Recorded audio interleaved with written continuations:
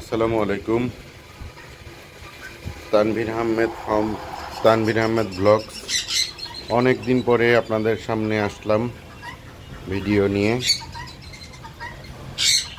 আমার এভিয়ারির বর্তমান অবস্থা গরম এবং ঠান্ডা মিলায় মোটামুটি এটা আবহাওয়ার পরিবর্তন, এই কারণে ধরেন পশু পাখিগুলো একটু অস্থির আছে। আর আপনারা জানেন যে এই আবহাওয়াটা পশু পাখির জন্য খুবই ক্ষতিকর, এই ঠান্ডা এই গরম।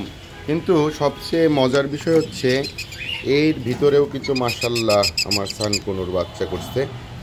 মাশাল্লাহ, এই গরমে সাধারণত সানকুনুর বা বড় পাখিগুলো বাচ্চা করে না, তো আমারগুলা করছে আলহামদুলিল্লাহ। আল্লাহর অশেষ রহমত, এটা আল্লাহর অশেষ রহমত ছাড়া এটা সম্ভব না। এই ককাটেল পেয়ারটাও বাচ্চা করছে, এই যে সফট ফুড দেওয়া হয়েছে। তো আপনারা যে পাখি বাচ্চা করবে, বাচ্চা হওয়ার দিন থেকে সফট ফুড দেওয়া আরম্ভ করবেন, কারণ ওরা যে ফুড ইগুলা দানাগুলা, যেগুলো ধান, সূর্যমুখীর বিচি, কুসুম ফুলের বিচি, এইগুলো আসলে অত তাড়াতাড়ি বাচ্চাকে খাওয়াতে পারে না। আর চেষ্টা করবেন যে একই সময় সফট ফুডগুলো দিতে।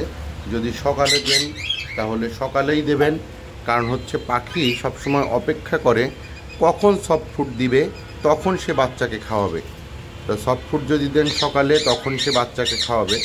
আর দুপুরের পরে সফট ফুড দেওয়া উচিত না, কারণ হচ্ছে ততক্ষণ বাচ্চাদেরকে ওরা না খাওয়ায় রাখে।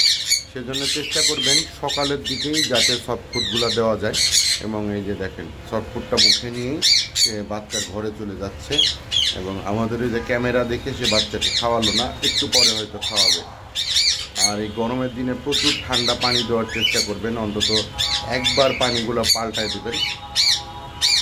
এই গরমের মধ্যেও আমাদের এই সানকুনুর পেয়ারটা এখন আবার ডিম বাচ্চা করার জন্য রেডি হচ্ছে। নেস্টিং প্রায় কমপ্লিট, হয়তো বা 3-4 দিন বা 5 দিনের মধ্যে তারা ডিম পারবে। আল্লাহর কাছে আপনারা সবাই দোয়া করবেন। আর বেশিরভাগ পাখির এখন মল্টিংয়ের সময়, এই যে এই রিং নেকটা এখন মল্টিংয়ে আছে, এই রিং নেকটা মল্টিং হচ্ছে। ইনশাল্লাহ এই মাসের মধ্যে মল্টিং শেষ হবে। আর আমাদের রুমের বাইরের যেই এভিয়ারি, মুরগি, হাঁস, কবুতর, পাখি, আরও কিছু পাখি আছে, সেইগুলার আপডেট আমি আরেকটা ভিডিওতে দেবো ইনশাল্লাহ। আর এই পাখির ঘরে এই যে এই মুরগি দুইটা হোয়াইট পলিশ ক্যাপ, এই দুইটা আসলে পাখির রুমেই থাকে, এবং পাখির রুমের খাবার খেয়েই এরা এখন ডিম পাচ্ছে। মাশাল্লাহ, এখন তারা ডিম পাচ্ছে। ইনশাল্লাহ আগামীতে এদের বাচ্চা হবে। ইনশাল্লাহ আগামীতে এদের বাচ্চা হলে আমি আবার আপডেট দেব। আজকে এই পর্যন্তই, আগামীতে আবার দেখা হবে। আসসালামু আলাইকুম।